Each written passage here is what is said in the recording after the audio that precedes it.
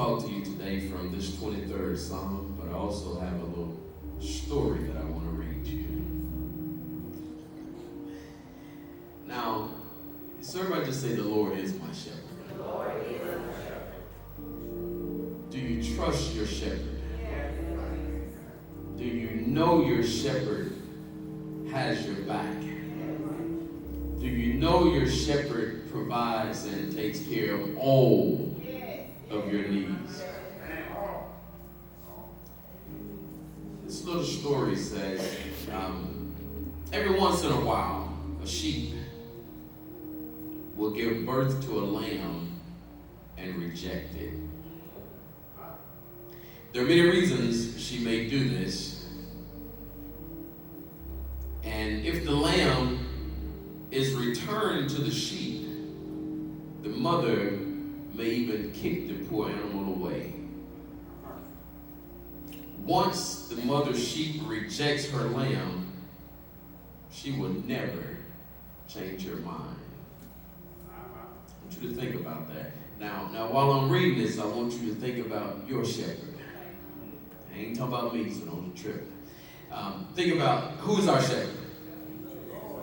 So every now and then, the mother sheep rejects her own lamb. And once she does this, she will never accept it again. Many reasons, right? The sheep, the lamb didn't run away from his mother. The mother rejected the lamb just for birthing him. And it says she will never accept it again. How many times have you and I ran from our shepherd? How many times we refused our shepherd? And he never took the position of not accepting us again. Isn't that something? Say, the Lord is my shepherd. These little lambs, once rejected, these little lambs will hang their heads so low that it looks like something is wrong with its neck. Their spirit is broken. Has your spirit ever been broken?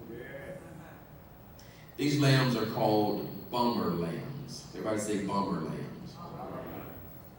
Unless the shepherd intervenes, the lamb will die.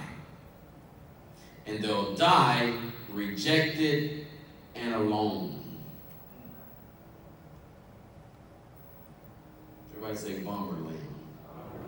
Say, I'm a bummer lamb. Y'all whisper. Y'all whisper. I'm a bummer lamb. They scared to say it over here. Say, I'm a bummer lamb. Thank you, Willie. I'm a bummer lamb. But unless the shepherd intervenes, that bummer lamb will die, rejected and alone. I don't care how many people leave you. I don't care how many people reject you. I don't care how many people forget about you. Jesus will never. He will never leave you, and he will never forsake you. I don't mind being a bummer lamb as long as I got that kind of shepherd. Hallelujah. So, unless the shepherd intervenes, that lamb will die, rejected and what? Alone. You know, one of the things Satan wants to get us is alone. He wants to get you out of the safety of the flock and get you all to himself, because once he gets you to yourself, you become an easy prey. Passing notes in class. You're an easy prey when you get Alone. Everybody say alone. And sometimes the devil will try to make you feel rejected just so you will isolate yourself and become all alone. How many ever, you know, when you're alone, the devil talks to you? He runs all kinds of scenarios in your mind when you're alone. When you're alone, people love you, but when you're alone, you'll say, the devil will tell you, they don't care about me. When you're alone, they just want to use me. They don't care about me. They're going to get what they can get out of me, and then when they can get nothing else out of me, they don't want me. You ever felt alone? You ever had the devil talk to you while you were alone? They forgot all about me. They don't care about me. Yeah. And in that state, that lamb will do what? He will die. Rejected and alone. So, do you know what the shepherd does? He takes that rejected little lamb into his home. The bummer lamb.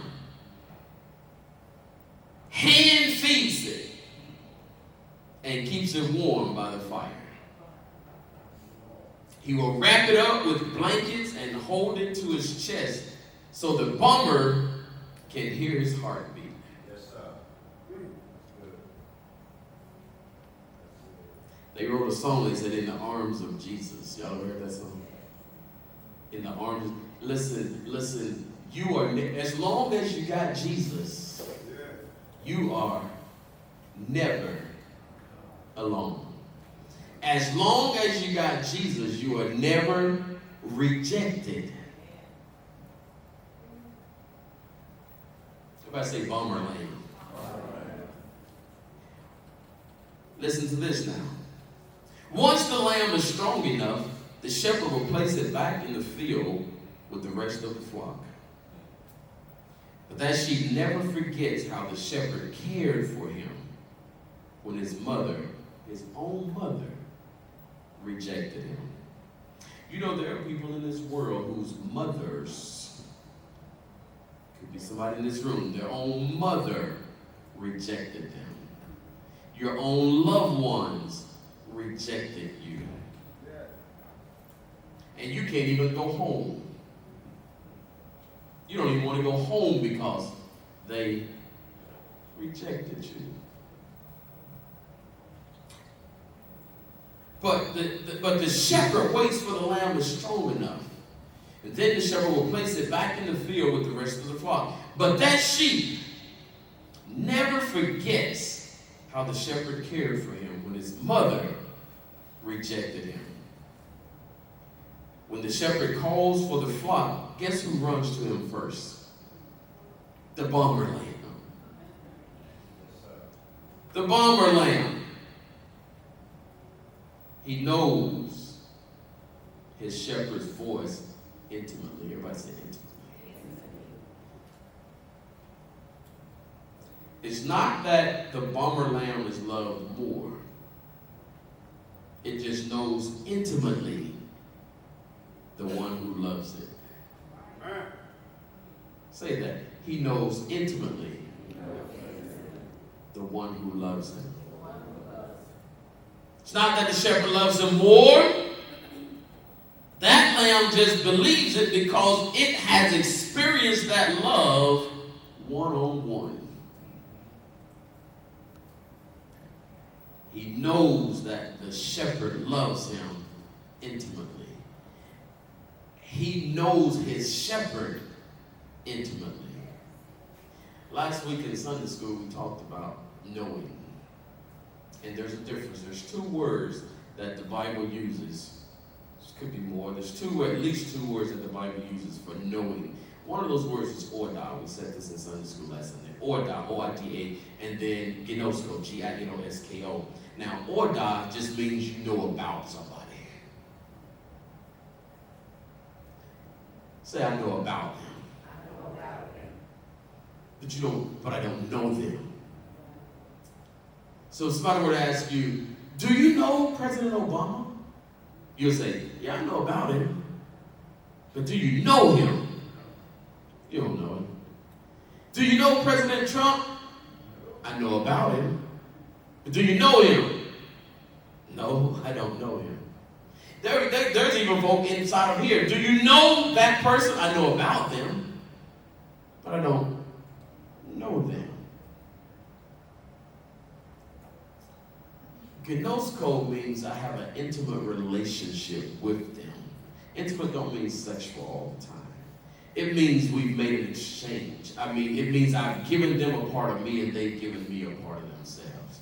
We've made an exchange.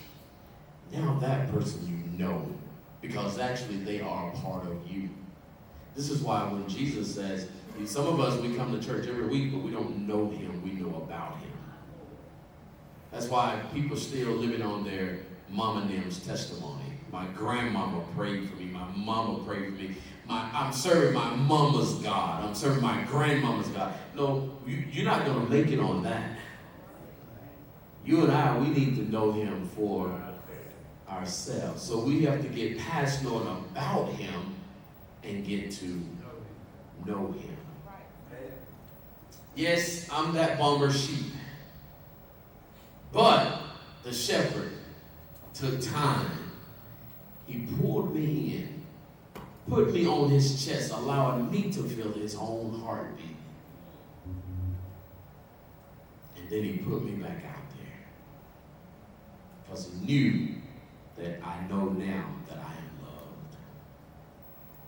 Hallelujah. How many of you had somebody tell you, I love you this morning? Thank you, Willie. Was it Willie? Thank you, Willie. Look at the person next to you and say, I love you. If you can say it truthfully, don't say it. If you don't love them, don't say it. I love you, Alvin. She said it. Don't do that. I love you, Catherine. Some people need to. Now that some of you had somebody tell you they love you, how does it feel to know somebody loves you? Does it feel good to be loved? Does it feel good to hear it? My pastor used to say, how did he say it? He said, y'all sure act like you love me. And he said, if you don't, just keep on hypocriting. He said that facetiously, but it's good to be loved, isn't it? Do you love yourself?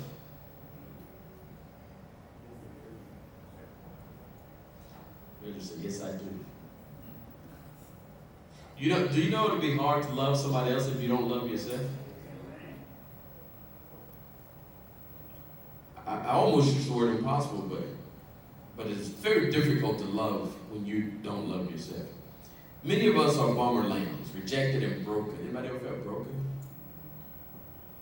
But Jesus, is the good shepherd. He cares for our every need and he holds us close to his heart so we can hear his heartbeat.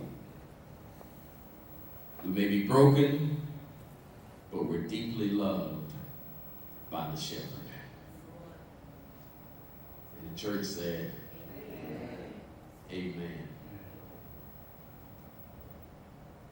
The Lord is my shepherd. Can anybody testify to that? The Lord is my shepherd. I shall not want for anything. One translation, I don't know which one, I didn't write it, but one translation says, because the Lord is my shepherd, I have everything that I need. Isn't that good?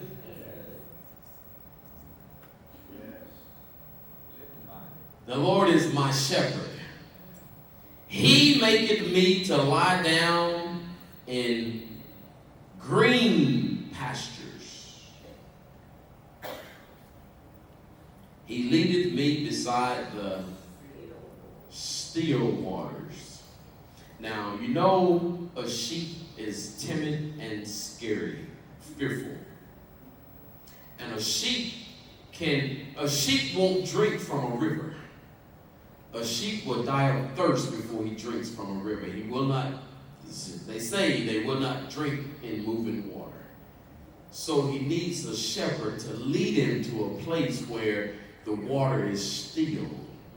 A sheep, everybody say a sheep. A sheep don't want no mess. A sheep can't put up with a whole lot of mess. A sheep can't put up with a whole lot of aggravation and agitation. It'll drive them crazy. A sheep, I'm talking about a sheep. A sheep don't like confusion. A sheep must be led to still waters. And my shepherd, because he's my shepherd, he knows me intimately. And he knows exactly what I need. And so he's not going to lead me to a river because he knows I'm afraid of that. He's going to lead me to still, restful waters. And then he's going to restore. It says he restoreth. Wait. He leads me inside. Now, I need to run this reference. Let's go, if you will, to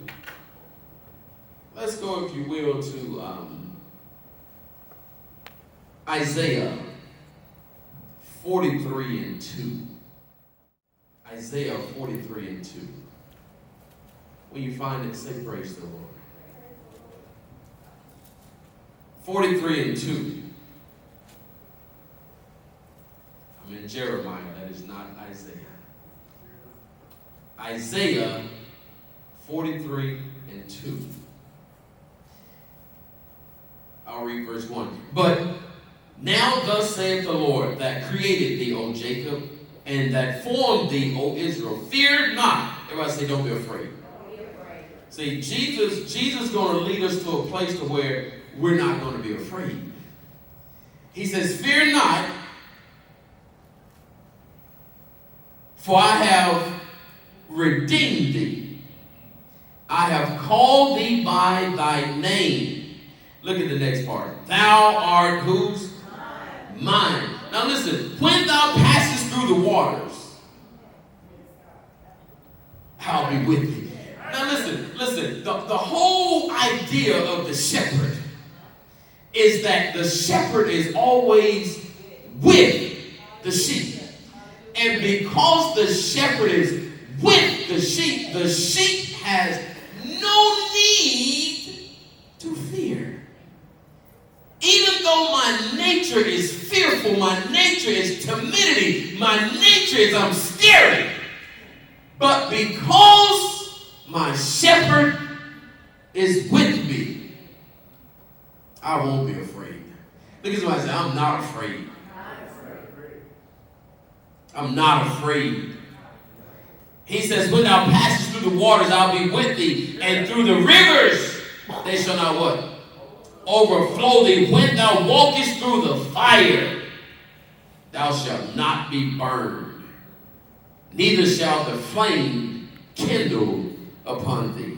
Now, what God is doing right here, he says, I have redeemed them. Here is assurance of God's providential care for his people and of their redemption from captivity. So when God now think back to Israel. He's talking to Jacob. He said, Jacob, O Israel. That's the same person. Now, when he brought them out of Egypt, what was the first thing they encountered? He says, when you go through the what? Waters, what happened? So when Pharaoh had enough, and Pharaoh said they had tried to get out there. Moses had told him, let my people go. God said, what? What did God tell Pharaoh to tell Moses? Tell Pharaoh, he said, let my people go, right? God told Moses to tell Pharaoh to let my people go. And Moses said, God said, let my people go. And Pharaoh said, I'm God. And God said, okay, you think you're God. I'll show you that you're not God. And he went through that series of plagues. All of those plagues countered one of the Egyptian gods, showing and proving to Pharaoh that no, you think you're God, but I am God. Hallelujah.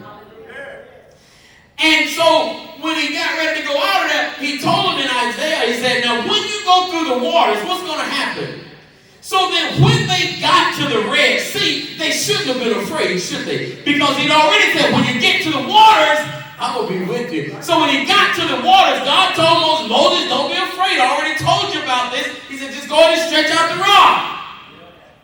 He stretched out the rod, and when the floods, they shall not overflow you. That's why they walked through on dry land. God covered so much of their history in that one verse. He said, when you go through the fire, it shall not what? You know, sometimes we get excited. Tim, give me some music. We get excited sometimes, preachers, when we're preaching. We get excited when we say, God took, when the Hebrew boys went to fire, we say, God took the flame out of the fire. No. He didn't take the flame out of the fire. He put something in them to where the fire had no effects on them. So when you go through the fire, it shall not. Hallelujah. We're talking about my shepherd. See, the shepherd, the Lord is my shepherd. I ain't got to be afraid of nothing. Let the rains come. Let the floods come. Let even the fire come. 1,000 shall fall at thy side and 10,000 at thy right hand, but it shall not. I almost got to preaching in the car yesterday because I was talking to my older sister Brenda, and she talked about, this was years ago, I don't know why she started talking about this, but she talked about a few years ago when the storms came through, and they came here too, but they also hit North Carolina. But she said now, her son was not home. It was at work somewhere, and the grandkids were at home by themselves. And the storm came. And she said it this way. She said, now the house next to them, the storm hit that house and flattened it. And then it went around their backyard and hit the house on the other side of them and flattened out and went on where it was going. I started shouting and I said, oh, hallelujah, because Lord, 1,000 shall fall at thy side and 10,000 at thy right hand. It ain't going to come near me. Oh, hallelujah. You ain't got to be afraid when you have the shepherd. Everybody say the Lord is my shepherd. Hallelujah. He is my shepherd. And even though I may go through the waters, through the flood, it ain't going to overflow me. The fire will not even burn me. And you know when those boys came out of the fire? They were not harmed. The hair on their bodies was not even singed. And guess what? Their clothes didn't even smell like smoke.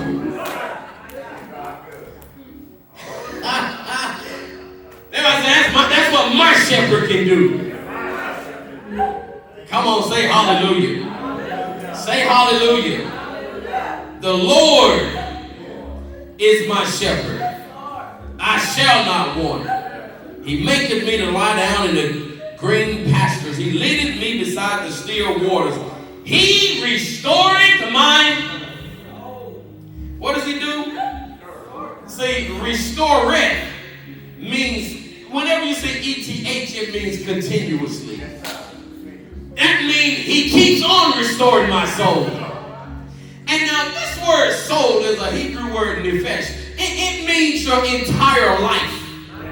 When he says he restores my soul, he's saying he restores my life. So if I'm going through emotional things, he restores that. If I'm going through physical things, he restores that. If I'm going through spiritual things, he restores it. No matter what you're going through, my shepherd, he continuously, over and over and over again, he restored my soul, my life. I can put my whole life in his hand. Somebody say hallelujah. Come on, say hallelujah. restores my soul. He leadeth me in the paths of what? Righteousness. You know why he does? Look, I want you to look at that carefully. He says he leads me in the path of righteousness for his name's sake. You see that? Name's sake. So he's doing it for him, not you. He says, I gotta protect my reputation.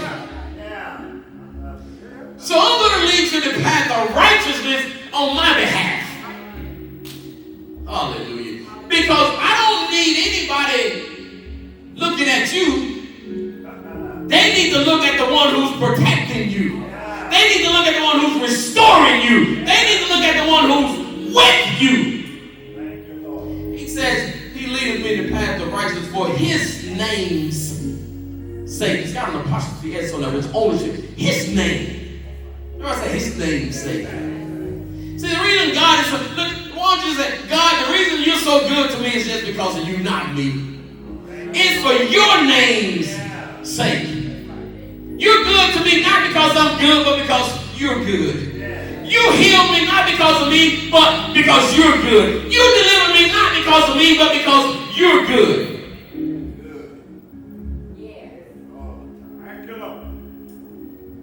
Even though, listen, sheep can't handle that stuff, can they? But even though I'm in the midst of that, he still protects me. He restores my soul, my soul, my soul. I told you, mess will run a sheep crazy. You know what would happen? They'd be out there in the field, they'd be eating and moisture on their nose would attract flies. Flies would light on their nose and lay eggs. This sounds a little gross, but flies would light on their nose and lay eggs. The eggs would hatch and crawl up into the sheep's nose and get all up in his head. Well, he can't do like you and I and scratch it, but even if he is scratching, it's on the inside. So you know what that sheep would do? That sheep would run and ram his head into a tree. And he'd keep ramming his head into a tree until he killed himself. Oh, but the shepherd. Don't you know that there are things that get in our lives? You may not run your head up against a tree, but you might put a gun to your head. You might swallow a bottle of pills. You might drive your car off a cliff somewhere. Oh, but the shepherd. He anoints my head with oil. See, the shepherd knows that the sheep can't handle that. He knows what's driving the sheep crazy. And he knows that it is the anointing that's going to destroy that yoke. So he anoints my head with oil. Oh, hallelujah. Don't you love the shepherd? I love the shepherd. I love the shepherd. He restores my soul. He leads me in the path of righteousness for his what? Name's sake. I'm going to stop at verse 4. But yea, though I walk through the valley. How many of you ever been in the valley? You know, it's easy on the mountaintop, ain't it? We can praise God when everything is going just. We can praise God when folk are talking good stuff about it, patting us on the back. They're praising you. But what do you do when you get down in the valley when they're talking about you? What do you do when you can't pay your bills? You know, I found out when you got a little money in your pocket, people don't mind buying your lunch. Ain't that something? People with money, let me take care of your lunch. Listen, there's 15 folk out there that ain't got no money. Why don't you go pay for their lunch? I can pay for mine. But when you're down, when you're broke as Job's turkey, where was that person who wanted to pay for your lunch when you were on the mountaintop? Now that I'm in the valley. Sometimes we're on the mountaintop, aren't we? But if you ever look at topography, you ever look at a map, you're on the mountain peak. But if you keep moving, you're going down the hill. And you're going to get in the valley. But don't worry about when you're in the valley, because you keep moving, you're going to go up the hill again. And be on the mountain. See, you're going to be in one of two places. You're either going to be on the mountain or in the valley, or you're coming down the hill, or you're heading up the hill. Yea, though I walk through the valley of the shadow of death, I will what? For thou art with me. You know, I think I love my wife, but a long time ago, when I was still in question, Mildred, on where we were going, you know, we were talking about Dolores, we were talking about being married, and you know, I loved it, but that word marriage was scary. You know, it was scary to me. And I said, now, you know, we were talking about being married. I think both of us wanted it, Chris, but I was a little scared, and I was trying to get out of it just a little bit. Well, I said, now, you know, I'm joining the military. Say, you know, I'm joining the military, and I know you love your folks, you love your mommy, but when I join the military, we can be overseas somewhere 3 years at a time. Hey, mama, go back to see mama. And boy, listen there. She said, I don't care where we go, as long as I'm with you. Boy, that's still the deal right there. That's still the deal right there. Wherever you go, as long as you're there. I remember that. I don't care what kind of situation I get in. I don't care how bad things get, as long as the Lord is with me. Hallelujah. As long as He's with me, I will fear no evil. Let's look at Joshua. Let's look at Joshua. Joshua chapter 1. Let me find it first, and I'm going to put you where it needs to be. Joshua chapter 1. Boy, I love this. Well, 5 through 9 is what I want, but you can't start there. You got to go back to 1. So let's just look at Joshua chapter 1. When you're there, say, praise the Lord. It said, now after the death of Moses, the servant of the Lord, it came to pass that the Lord spake unto Joshua, the son of Nun, Moses' minister, saying, Moses, now I'm not going to stay long there, but you got to understand how many things that Moses, how much they looked to Moses, and how many things because of Moses and the Lord used Moses to deliver them from and to bring them through. And they had grown to depend on Moses because they knew God was leading Moses. And so when you hear that Moses, my servant, is dead, that's a big statement. That's a huge deal. Moses, my servant, is dead. Now Moses, my servant, is dead. Now therefore rise. Go over this Jordan, thou and all this people, unto the land which I do give them, even to the children of Israel. Now, can you imagine all throughout your life, whenever adversity comes, you have somebody that you can always turn to? And sometimes we come to depend on them. I don't care what's going on. I'm all right. I can use my daughter for an example.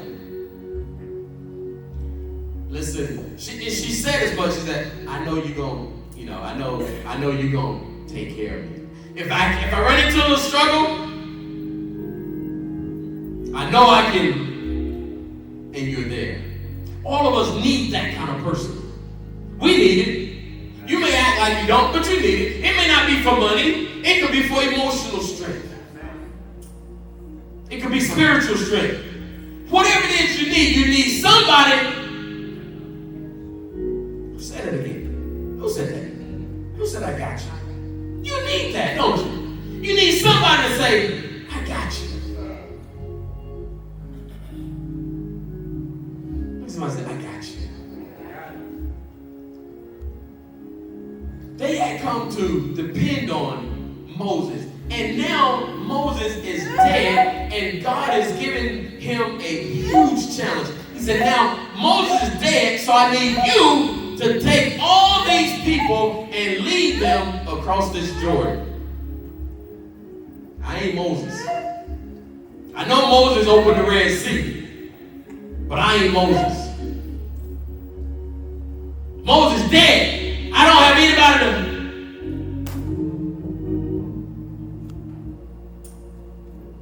Listen. Why do we want to be so strong? Why do we feel the need to isolate ourselves when you know you need somebody? Why? Because the devil wants to get you where? By yourself.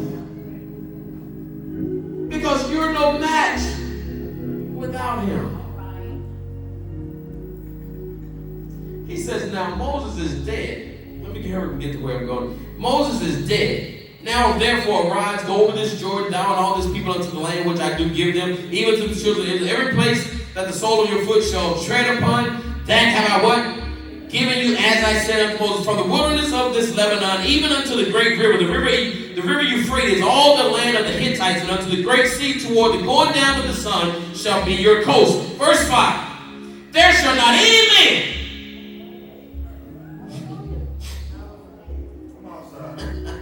there shall not any man be able to stand before thee. Oh! Can I tell you something? Old means all. All the days of thy life. In other words, I don't care when you become an old man, Willie. You ain't got to be afraid. I know sometimes we're big and strong now. We can take on the world. But sometimes as we get older, we start to feel a little feeble. No, we still, listen, all the days of your life. You better read Caleb's story. Yes, sir. Caleb said, I'm 80 years old now, Geraldine. You're 50 now. I'm 80 years old now. Yes, sir. But I'm just as strong now as I was when I was 40. Now, go ahead and give me my mountain. Yes, hallelujah. Look at somebody and say, we need each other. There shall not any man be able to stand before thee all the days of thy life. As I was with Moses, so I will be with thee. I will not fail thee nor be strong. Now, I'm a bomber sheep, but I'm not forsaken. My mama might have left me, but my shepherd ain't going to leave me. There shall not any man be strong and of a good courage, for unto this people shalt thou divide for an inheritance the land, which I swear to their fathers to give them. Only be thou what? Strong and very courageous, and that thou mayest observe to do according to all the law which Moses my servant commanded thee. Turn not from it to the right hand nor to the left, that thou mayest prosper whithersoever thou goest. Look at that. Prosper means to succeed. He says, if you don't turn from this, you're going to prosper wherever you go. You're going to succeed in whatever you do. Look at somebody and say, Lord, I thank you for my prosperity. That thou mayest prosper whithersoever thou goest. This book of the law shall not depart out of thy mouth, but thou shalt what? Meditate therein day and night, that thou mayest observe to do according to what? All. Look at somebody and say, all means all. That thou mayest observe to do according to all that is written therein, for then thou shalt make thy way what? Prosperous. Why do we expect to be prosperous when we ain't doing all? I said we got to do all. He said, observe to do all according to all that is written therein. For then thou shalt do what? Make thy way prosperous, and then thou shalt have what? Have not I commanded thee, be strong and be of a good courage. Be not afraid, neither be thou dismayed, for the Lord thy God is what? He's with thee where? Wherever you go, he's with you. And because he's with me, I have no need to fear. Hallelujah. Somebody say hallelujah. Shout, the Lord is my shepherd. Verse 4 says, it continues and says, yea, though I walk through the valley of the shadow of death, I will fear no evil. Why? For thou art with me. Then he concludes by saying, thy what? Thy rod and thy, what do they do? The rod is protection. How many of you know? Listen, we can go anywhere as long as we know we got protection with us, right? The rod is my protection, then the staff is my guidance. He's protecting me and he's guiding me. You know, it's something about protection. I say protection. I deployed several times, but every time I deployed with a unit. And when I deployed with a unit, I wasn't afraid. There was something, first time flying in the combat, I was afraid.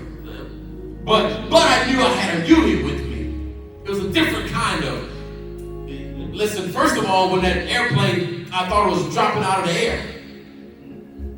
I never experienced that before. Combat, you can't just, how you see those big airplanes gliding into the airport? It looked like they're standing still on the air. They're so big, it just looked like they're barely moving. Well, you can't afford to do that in combat. You get shot down. And so they designed the military plane, mother, to where it would, that thing, they didn't tell us that. They didn't tell me that. I didn't know about that. And we're cruising, and then all of us, and you're packed in there like sardines.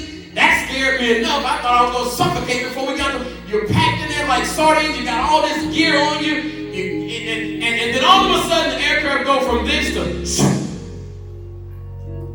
It go from shoo, and then it go land. I said, oh, Lord, we're dead right now. But once we got to the ground, I wasn't worried about the enemy anymore. I was just glad to get off that plane. I was glad we didn't crash. But all those times I flew into that kind of environment, I had some kind of comfort because I had a whole unit with me.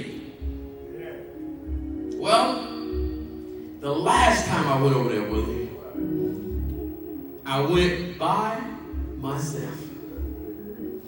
It's a different feeling. I'm going through a Muslim country's airport, civilian airport, as a soldier, by myself. I'm sitting there waiting on my flight. Lord, please, don't let nobody bother me. I'm scared. I got way off by myself. I got to a place where I can see everything around me. I couldn't move. I couldn't rest until then my connecting flight that flew me into where I was going. And then, Mama, I got there, and they let me off on the wrong terminal. Again, I'm in this Muslim nation airport. How? By myself. I can't speak the language. I'm scared.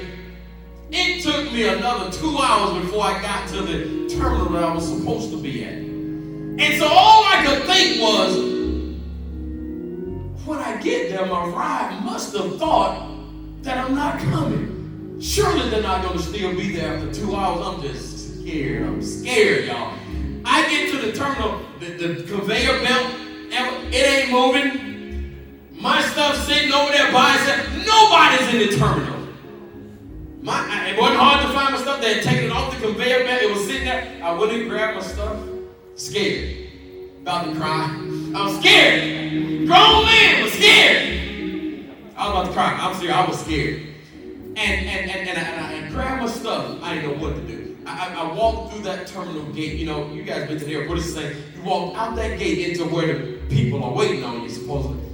And I'm just scared. Because I'm like, Lord, I don't know how to call anybody. I don't know how to call for help. I'm going to have to sleep in this airport. I'm scared. And I opened that door, and I saw the guy picking me up. I nearly collapsed in there. I ain't never been so glad to see another man in my life, really. I was so glad to see that man. Lord knows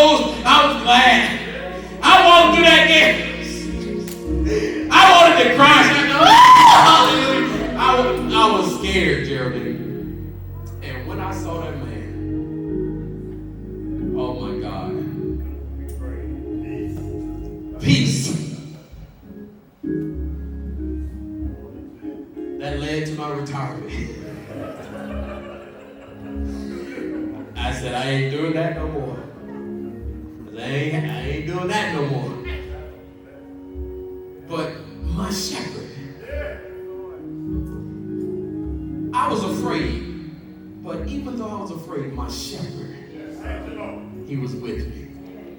He had my back. See, sometimes we look to things other than him. I admit that. I was scared. But he was with me. I believe he had something to do with that guy staying there.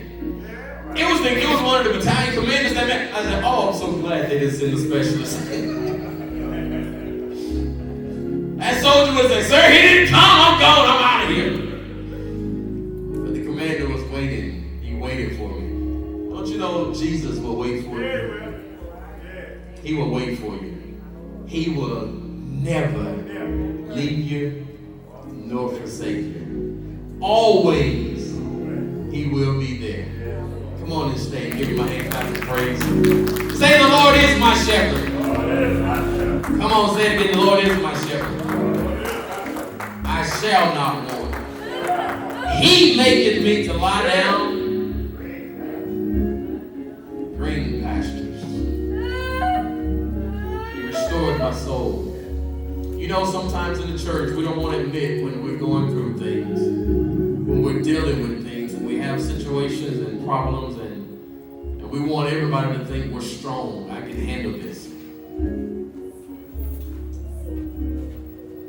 And God gave us each other to help each other. He gave us each other to lean on each other. He gave us each other so that we will always know that you're never alone. I don't care what you're going through. I don't care what you're dealing with. I don't care who did it, why they did it. You're never alone. The shepherd loves you more than anything. So because he loves us more than anything, we can lift our hands in total adoration to him. He loves you more than you can ever imagine. So I just want to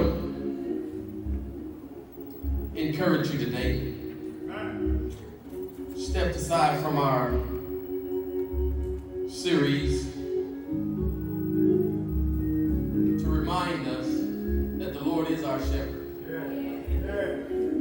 And because the Lord is my shepherd, I have everything.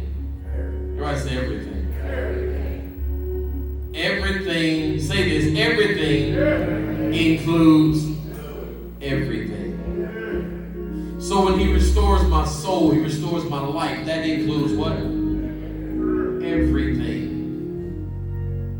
He restores my soul, my life, every aspect of my life. He restores it. He ministers to my spirit man. He ministers to my soulish man. He ministers to my healing, my body. He ministers to every aspect of my being. He is my shepherd. And he draws, when I feel rejected, he grabs me. And he puts me in his bosom. So that I can feel his heartbeat. Grab yourself like this. And say, the Lord loves me. He loves me.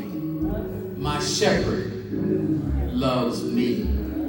My shepherd looks out for me. My shepherd protects me. My shepherd guides me. My shepherd always restoreth me. And he leads me in the paths of righteousness for his name's sake. Hallelujah. Jesus is our shepherd. Mildred was singing, he says he's got a name above all names. And when we think of names, I think of Jehovah Jireh. But you know what? That name is limited. I think of Jehovah Shammah. That name is limited. I think of Jehovah Rapha. I think of Jehovah Sitkanu. I think of Jehovah Mikadesh. I think of Jehovah Ra. All of those names are limited, but there is a name that's above every name. When I can't think of Jehovah Rapha, Nisi, Mikadesh, I can think of Jesus. And when I call Jesus, that name is above every other name. And at the name of Jesus, every knee shall bow and every tongue shall confess that He is Lord. Come on and say the Lord is.